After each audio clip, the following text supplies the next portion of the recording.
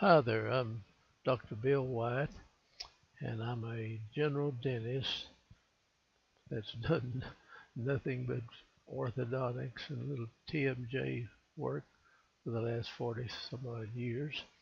And I'm a member of the American Orthodontic Society. I'm board certified in that. And if you're a general or a pediatric dentist or any other kind of dentist, you can join the American Orthodontic Society. And we have a wonderful team of instructors, and this is a good organization to get in. We have board certification, and if you pass the boards of the American Orthodontic Society, you can sure do orthodontics. So anyway, I'm going to cover a subject of retention, and I want to start out by just showing you how we make retainers. And the vast majority of orthodontics that's done today is not retained properly. And I'll say that again. They are not retaining the cases properly and doing what should be done in retention. And so I want to show you how to retain the teeth, not just dentists, but people who get your teeth straightened. So if your orthodontist or the person doing your orthodontics doesn't retain it properly, you will know how to tell him or tell him how to go look and find out how to do it properly.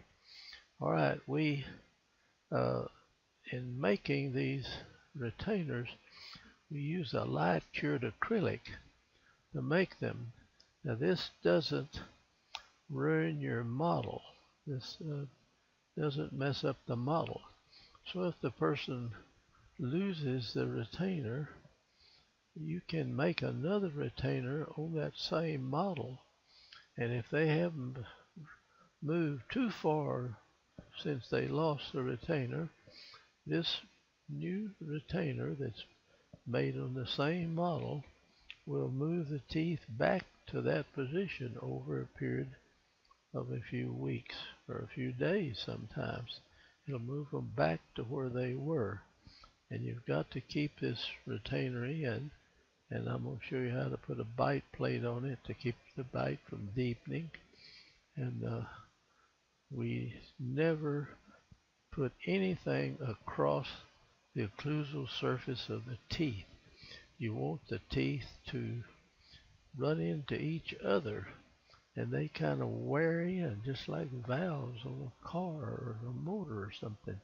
You know, the teeth kind of wear together until where they fit really good in there. So we're going to go through making them, and I won't have about 8 or 9 videos on retention.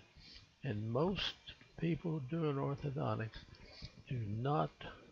they either don't know how to retain it properly, or they don't want to mess with retaining, and they want to get you.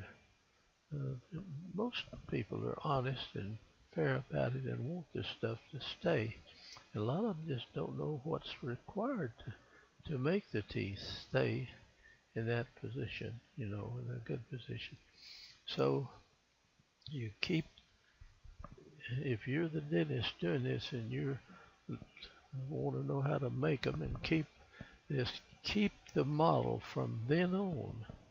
If the person comes back frequently, I would have some mother bring her patient in and say, well, this retainer's not fitting now, Well, it fit when we put it in the mouth. Let's see if it warped or anything. Don't even look at the retainer. Go get the model that you made it on and just show it to the mother or parent or whoever, or show it to the person. Say, this is the model we made your retainer on. Now let me see this retainer that doesn't fit. And you put it on the model, and the thing fits like a glove. So it's obvious the person hasn't worn it, and the teeth have moved since you made it. So that's one way to you're not telling them they're not wearing it, but they obviously know they're not wearing it. You say, well, if you keep this thing in there enough, those teeth will not move from that position.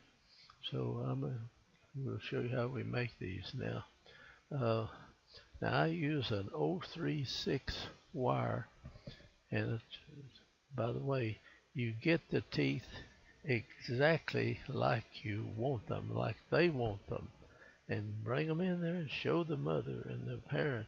I mean, this is what you see, and this is what you're gonna get, because we've got brackets now. We don't use brackets on the molar teeth back here, but well, we can on the second molar, but the 6-year molars, it's really necessary to put a band on there. We use a triple and a tube on the upper and a double tube on the bottom for different appliances we put in there.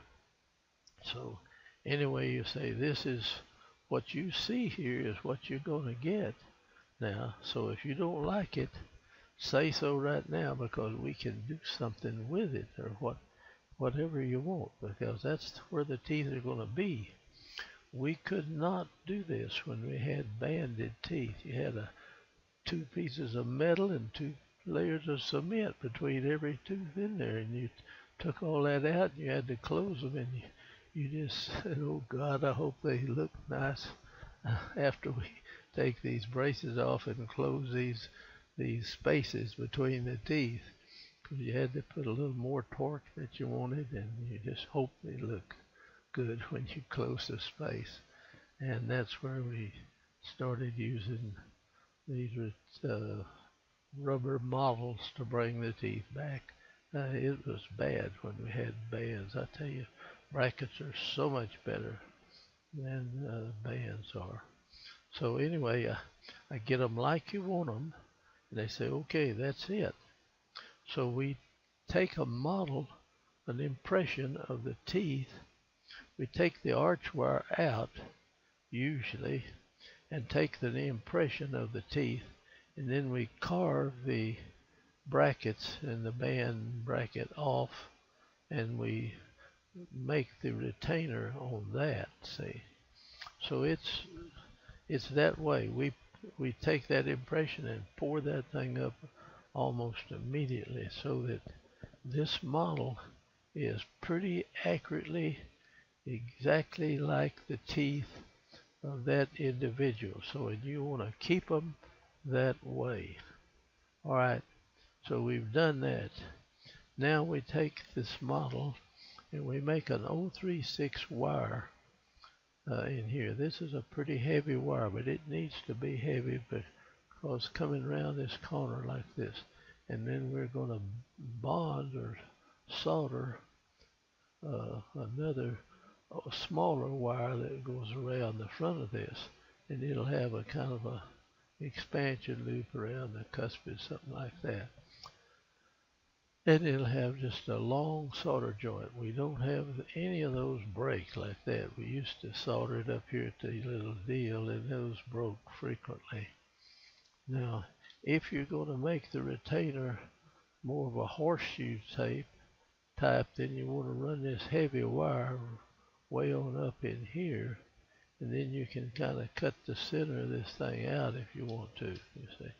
But you've got to have this heavy wire over this narrow part of this. So sometimes we run these heavy wires up and almost lap them over up in here. Now that's an 036 stainless steel round wire. And on the outside we're going to use an 028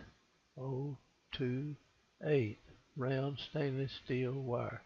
I do not like those flat wires. Some people thought that was good, but your tooth is leaning this way and you put the flat wire is always going straight around, so it hits here and it doesn't hit up here.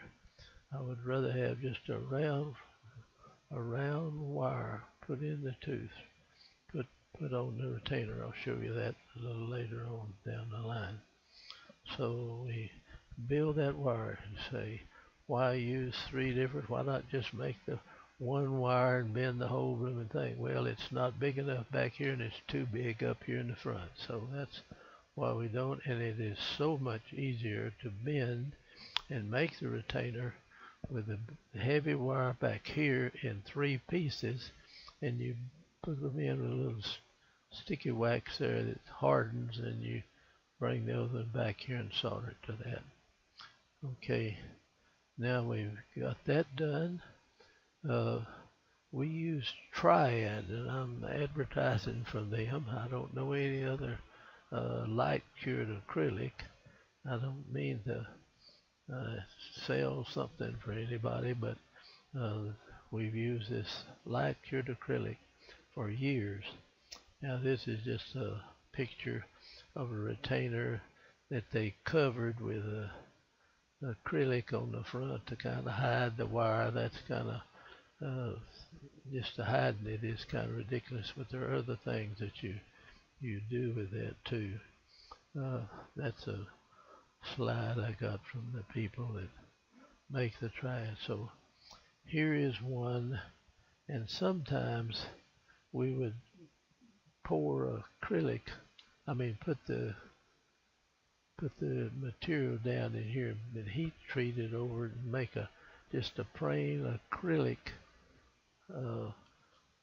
front wire. The front of it was all acrylic, and that looks pretty good, but that's not practical either. Those things break after a while. You just might as well just make them out of wire to start with. Now here we've made this is the 028 wire right here. That's just remember the 028, and this is the 036 wire there. Now we put this on, and looks like we've got somebody